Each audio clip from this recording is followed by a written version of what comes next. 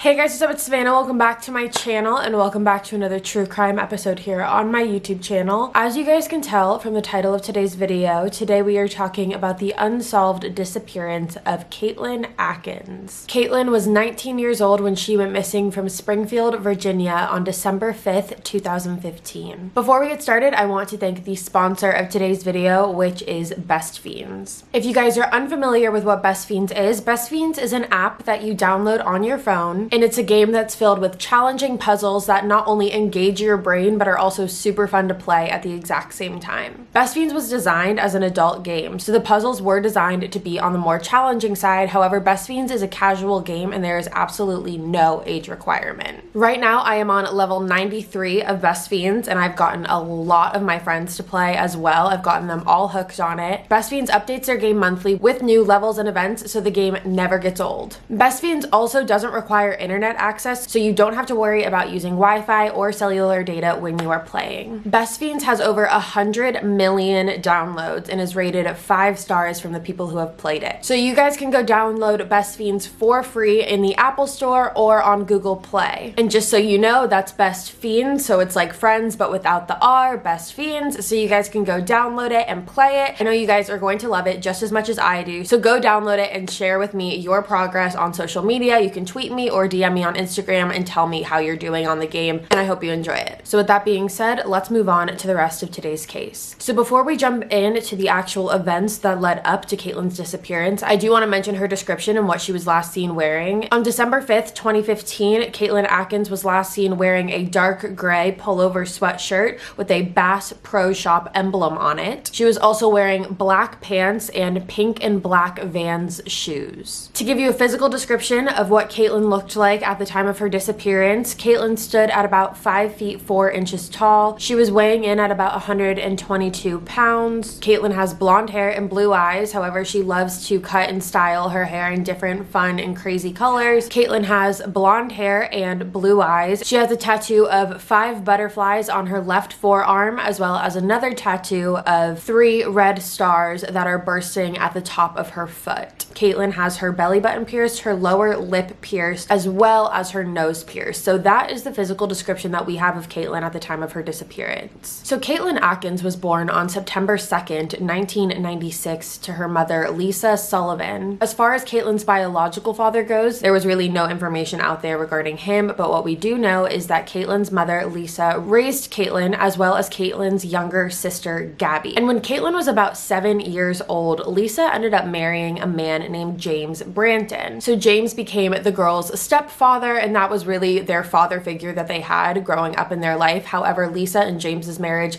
didn't last, and the two of them ended up getting a divorce. Katelin is described as someone who is extremely unique. She was said to be super funny, she can make anyone laugh, but she also had a very sensitive and emotional side to her as well. Katelin was extremely expressive and creative. Like we mentioned, she did have several tattoos and piercings, and along with that, she loved to do fun things with her hair. She loved to cut it and style it and dye it different colors. That was just another creative outlet for her. Katelin was also extremely smart. She actually ended up graduating high school when she was 16 years old. She stopped physically attending high school after her sophomore year, and she completed her junior and senior year of high school classes online at the same time. The reason that Katelin did this is because she knew the traditional high school route wasn't meant for her, as it isn't for a lot of people. She knew that she needed to graduate, but she didn't want to have to wait until she was 18 years old, so she ended up graduating when she was 16, and that is when real life kind of set in for her. Growing up, Katelin lived in Caroline County, Virginia. Now, back in 2015,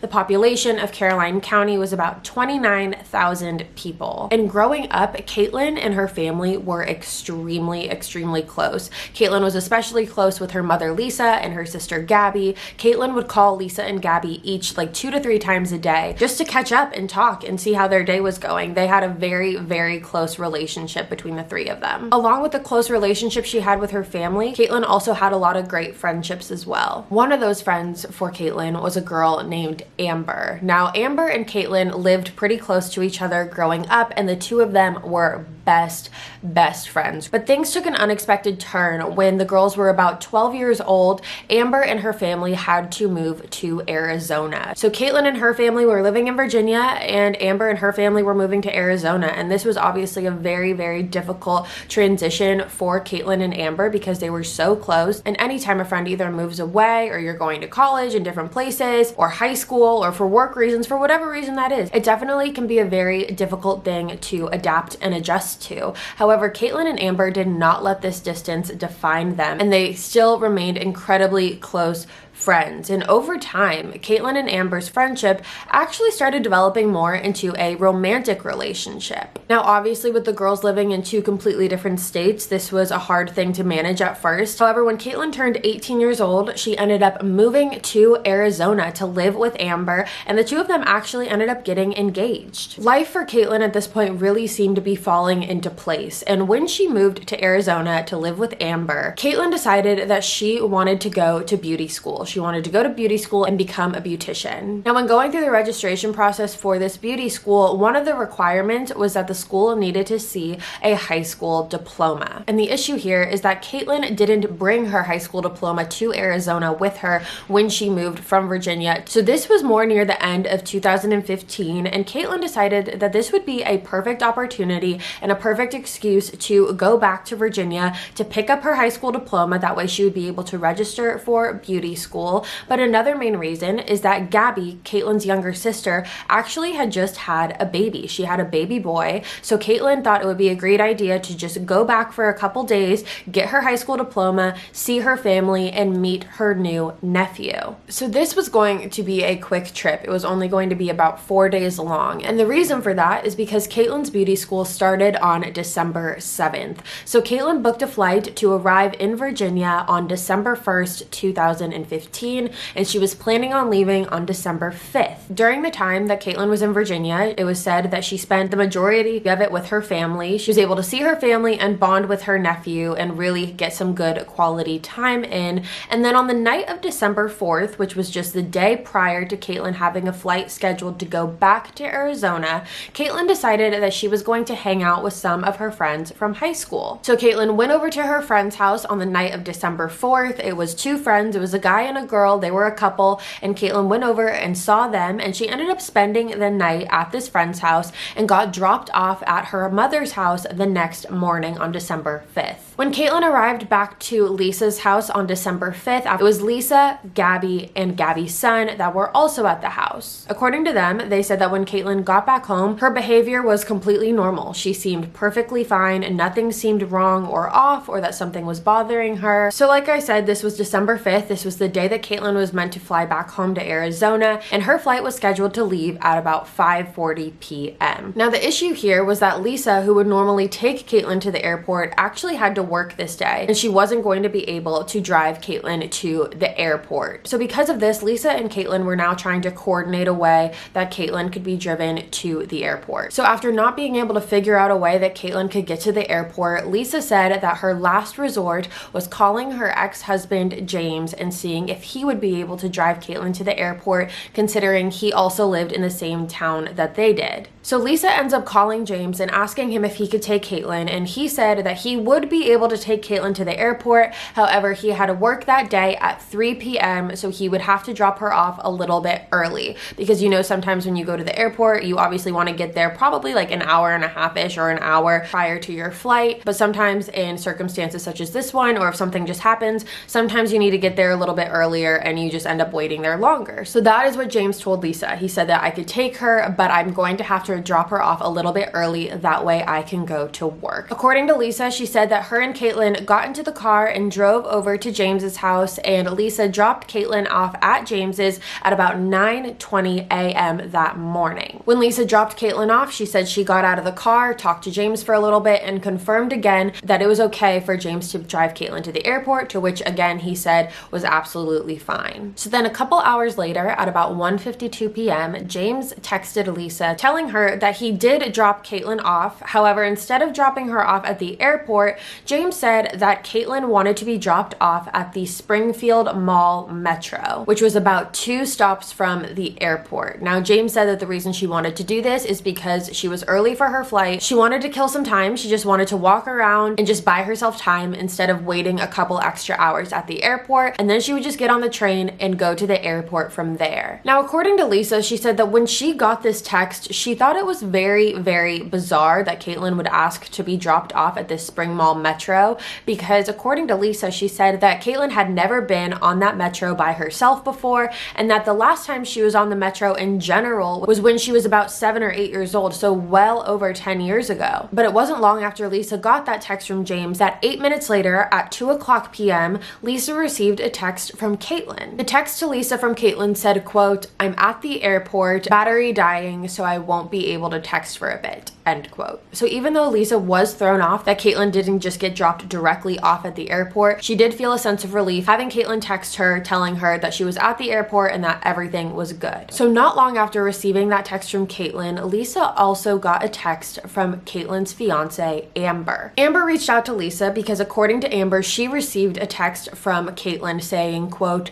"Something came up. I'm not coming back today. I'll let you know when I get a new flight. I won't be able to text for a bit." End quote. When Amber received this text, she thought it was really off-putting and strange, and she didn't really understand what was going on, which is why she reached out to Lisa to hopefully get a little bit more clarity on the situation. However, when Lisa received this text from Amber, it completely contradicted the text that she had received when Katelin told her that she was at the airport waiting for her flight, and now Amber is getting a text from Katelin saying, "I'm not coming home today. I'll let you know when I get a new flight." So when Lisa receives this information from Amber, she starts texting Katelin, trying to call Katelin, but Lisa is getting absolutely no answer. And at this point, it's about 7:15 p.m. on December 5th. At this time, Lisa is driving home from work and she finally gets a text from Katelin. So she pulls over to the side of the road and reads the text from Katelin that says, quote, "I'm staying with a friend," end quote, and another message from Katelin that said, quote, "I need some time alone," end quote. Lisa said that when she received these text messages, she was obviously extremely worried.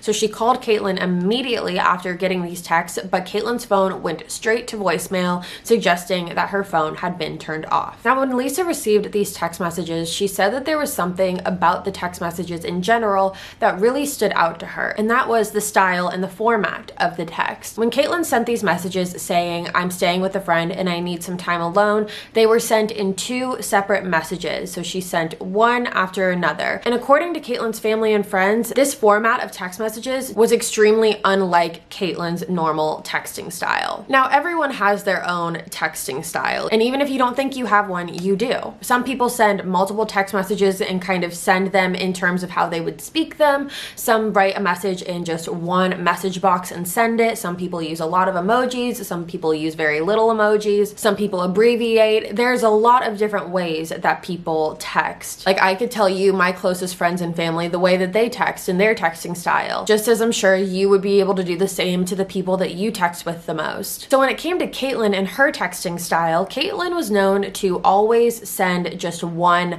message. She would fit everything into one text box. She would send it, she would wait for a response, and then she would send another message again in one text box. Katelin was not someone who would double text or send multiple messages. So the fact that Katelin's mom received a double text message from Katelin was very off-putting to her and something that Lisa noticed right away. Now, it was around the same time that Lisa received these text messages from Katelin that Amber actually received a message from Katelin via Facebook. Now, this message sent to Amber from Katelin on Facebook basically said that the reason that Katelin couldn't come home that day is because Katelin had cheated on Amber and they needed to break up. Now, obviously, this message was extremely shocking for Amber to see for multiple reasons. One, again, the style of the message just didn't fit the format of how Katelin would typically write out a text or a message. And 2, Katelin and Amber's relationship seemed to be perfectly fine. Amber and Katelin weren't having any problems in their relationship, and this also didn't make a lot of sense to Amber because Katelin's entire life was in Arizona. She had packed up her life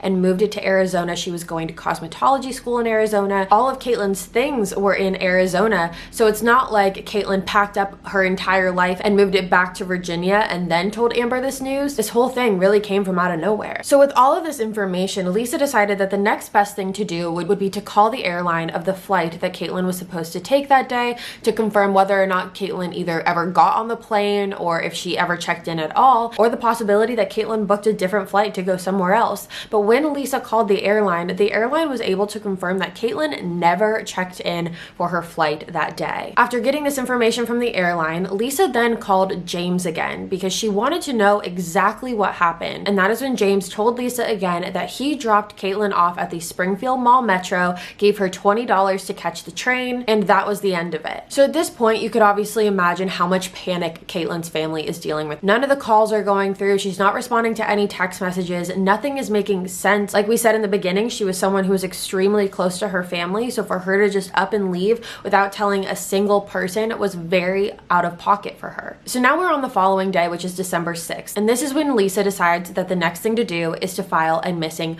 persons report. However, when Lisa called to file this missing persons report, the police basically told her that there really wasn't anything that they could do. And that was for 2 reasons. The first one was Katelin's age. Katelin was over the age of 18. She was no longer a minor. She was an adult and she could do what she wanted. And the second reason was that Katelin's family and friends have text messages from her phone saying that she wants to be left alone. She doesn't want to talk to anyone. So basically text messages that are suggesting that she either ran away or is just doing her own thing at that point. So police told Lisa that there really wasn't much that they could do. But just like any mom would, Lisa was not taking this as an acceptable answer. So on December 7th, Lisa actually went to her county police department to file a missing persons report out herself. And while Lisa was at the police department filling out all of this paperwork, the authorities ended up receiving a phone call. Now, when authorities received this phone call, they escorted Lisa into an interrogation room and they told Lisa that they had just received a phone call from someone saying that Katelin's luggage had been found in a drainage ditch on the side of the road. Now, where Katelin lived in reference to the airport was about 50 miles. So it was a decent drive from where Katelin lived to the actual airport. However, where Katelin's luggage was found only a couple miles away from her town. Now, when authorities searched through Katelin's luggage, they found that basically all of Katelin's belongings were still in her suitcase. However, the only things that were missing were Katelin's clothes, her high school diploma, as well as her cell phone. And these belongings have never been found to this day. So besides those 3 things, all of Katelin's belongings were in the suitcase: her wallet, her credit card, her plane ticket home, everything that she would need to literally go anywhere or do anything was in this suitcase. So when authorities found Katelin's luggage, it was a huge question mark to them as well as Katelin's family. A, did Katelin ever make it to the airport, or did she try to go to the airport and then end up coming home? Now, authorities believed that it was a very good possibility that Katelin had run away. They thought, her high school diploma was missing, her cell phone was missing, and her clothes were missing. And with Katelin's high school diploma being missing, it definitely made authorities wonder if she did run away, because Katelin knew that in order to get into beauty school, she would need her high school diploma, and she could go to beauty school anywhere. I do want to mention also that Katelin doesn't drive. She doesn't have a proper driver's license. She just has an identification card, which was also found in the luggage. However, she doesn't drive, so it's not like she just got in a car by herself and drove off. So when Katelin's luggage was found was the time that authorities really started to take this case more seriously. Authorities searched about a 30-mile stretch from where Katelin's luggage was found to see if there were any other pieces of evidence, if they could find the pieces that were missing in the luggage elsewhere. However, when they did this search, they came up with absolutely nothing. Now, the main detective on this case is Detective Marshall. And at this point, Detective Marshall thought that the best thing to do would be to start talking to some of the people in Katelin's life. And this included talking to the friends that Katelin hung out with on December 4th, the night prior to her disappearance. The reason that they wanted to do this is to see if Katelin was acting any differently, if these friends knew something, if Katelin said something to them while they were hanging out that at first they didn't really think much of, but looking back, they could see the deeper meaning to it. So authorities get in contact with Katelin's friends and they came in for questioning. Now, when this happened, one of the friends that Katelin was with that night actually disclosed to authorities that the night that Katelin and them were hanging out, it was the three of them, and they ended up getting pretty drunk. And that's part of the reason that Katelin didn't go home that night. And at some point in the night, one thing led to another, and they all actually ended up having a threesome. Katelin's friends said that the next morning, Katelin seemed a little bit quiet, but they didn't think too much of it considering what had happened the night prior. And according to the friend, they talked it out, and Katelin got dropped off back home the next morning. So when authorities learned this new piece of information, it actually confirmed Katelin's original message to Amber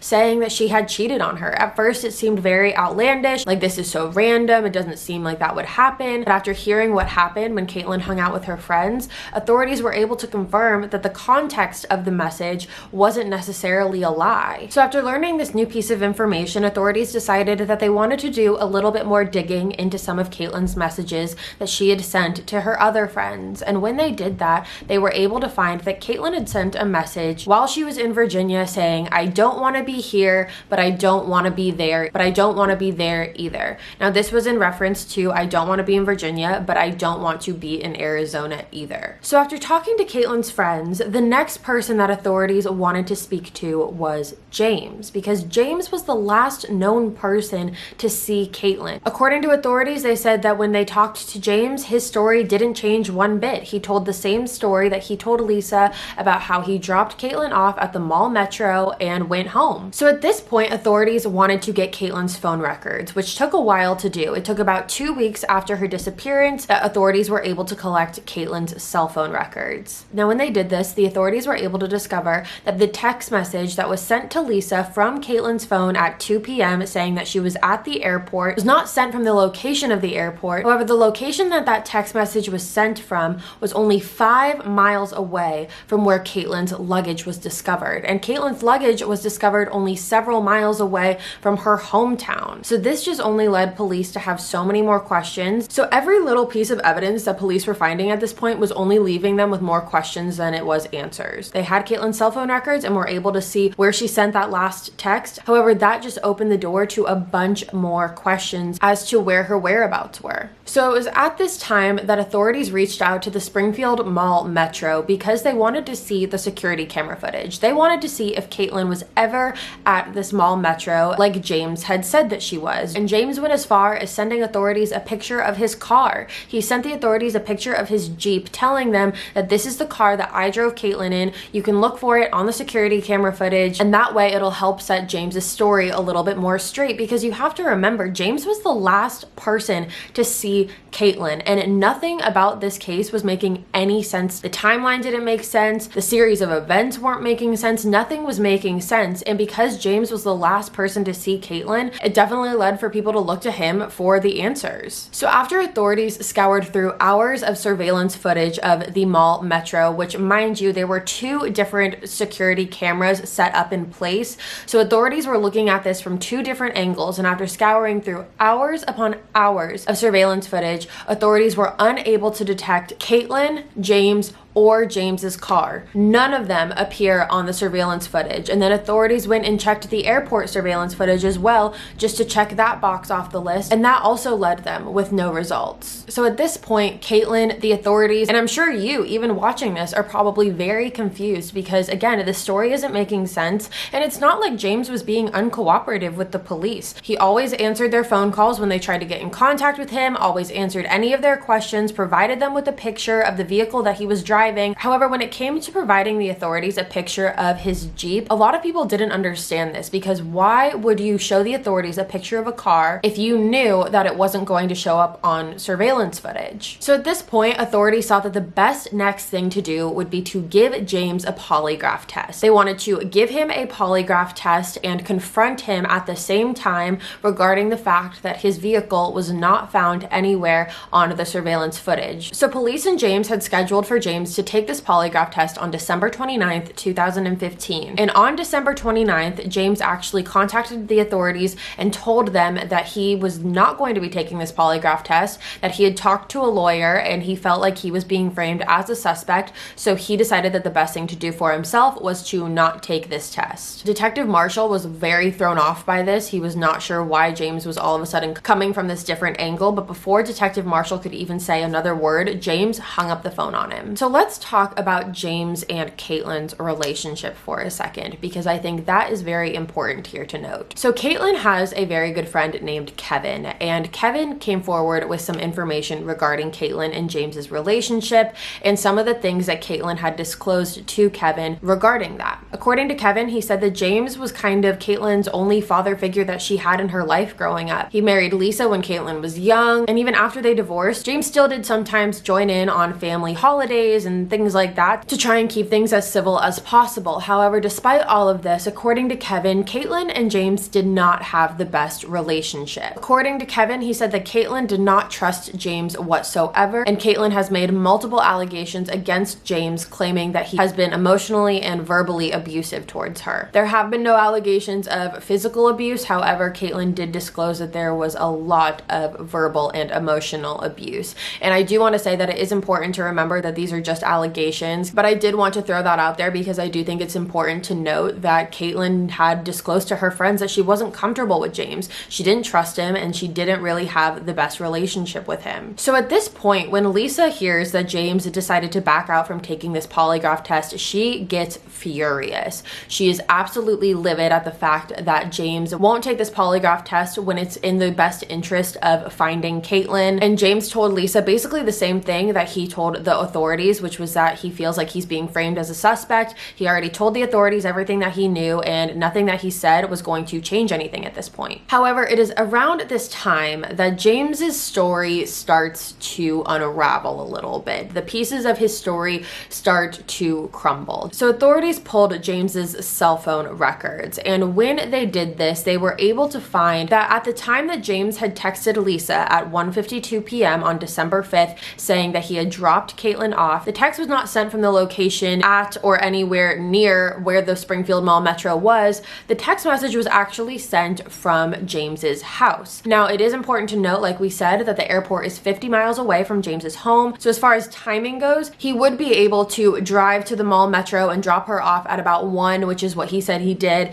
and then drive back home and then text Lisa once he arrived at his house. Authorities also discovered that all of James's cell phone activity on December 5th came from his home. James's cell phone activity never shows him leaving his house once on December 5th. And you might be thinking, what about work? He had to go to work. He had work at 3 p.m. like he said. James actually never ended up going to work on December 5th. I wasn't able to find a reason as to what James's excuse was as to why he didn't go into work that day, but all that we know is that James's cell phone activity shows that James did not leave his house that day. Something that also really frustrated Katelin's family was that after Katelin had disappeared, and once the news had broke to her family that no one had heard from her, all of Katelin's family and some of her friends were trying to contact her. They were trying to call her, they were trying to text her, they were trying to get in touch with her in some way, and the only person that never tried to reach out to Katelin was James. Following Katelin's disappearance, James never texted Katelin, he never called Katelin, he never tried to get in contact with her at all. And a lot of people think that this is very bizarre considering that James was the last known person to see Katelin. So why wouldn't he just send her a text saying like, are you okay? Or where are you? Or something like that. So police ended up getting a search warrant for James's home, his cars, and all of his technology, hoping that maybe they would find something that could help lead them in the direction of where Katelin was. They also were looking for evidence of any possible foul play that could have been involved. However, after searching through everything that they obtained, police still came up with nothing. Here is where you guys are probably going to want to shake your screen on whatever you are watching me on right now, because that is all of the information we have. That is everything that is out there.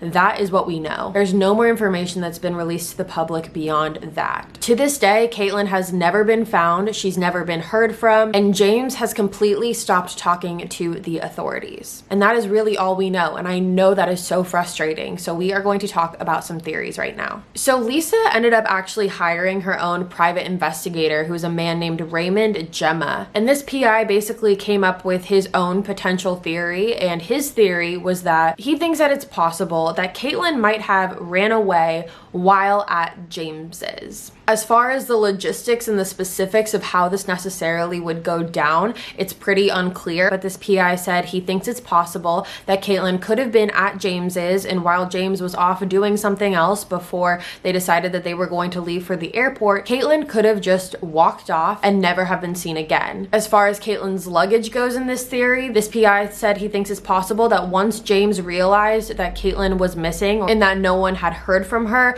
he knew it was going to look bad on his end, which is why he decided to take her luggage and dispose of it. So I wanted to tell you guys that because that's a private investigator and he's come up with this theory, and I just wanted to let you guys know that one. Another theory here is that Katelin just decided to run away, whether that stemmed from the guilt of the threesome that had occurred with her two friends the night prior, or if there was something else that was bothering her. Katelin could have decided that she just wanted to start a new life somewhere. According to that same friend that we just referred to, Kevin, he said that Katelin had reached out to him on December 5th, telling him that she felt extremely guilty about the actions that had occurred. She said that she was basically persuaded by her friends into doing this, and a direct quote from one of the messages that she sent Kevin was, quote, "I don't know how to feel or anything. I've been depressed and crying all day," end quote. So even though Katelin's family said that her behavior seemed normal, it's very possible that Katelin was just trying to cover it up and make it seem like nothing was wrong when something really was. However, the reason that this theory bugs me so much is because Katelin doesn't have a driver's license.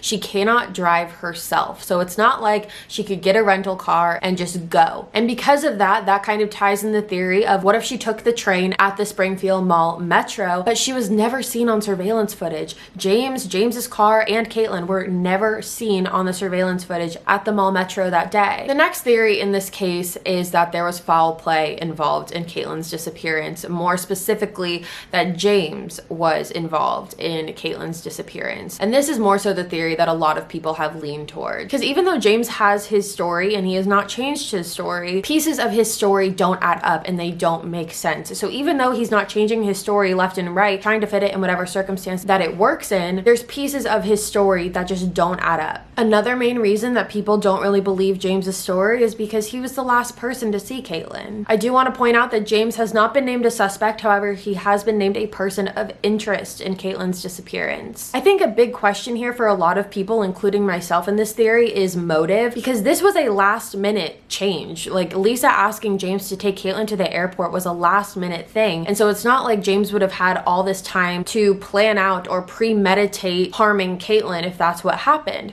So my question is motive. What led to that? Obviously there's no logical or reasonable or acceptable why answer for motive because nothing would justify it. However, I am curious as to what led to that point. Why did it lead there if that's what ended up happening? So I'm really interested to see what you guys have to say about this case. So let me know in the comments below all your thoughts, your theories, your comments, your questions, all of it. Leave it in the comments below and we will discuss together. All right, you guys, that is all for me today. Thank you so much for tuning in to another true crime video here on my YouTube channel. If you're new here, hi, my name's Savannah. I make videos 3 days a week, Sunday, Tuesday, Thursday. You should subscribe and join the family. I love you guys so much, and I'll be back in a couple days with a brand new video. Bye, guys.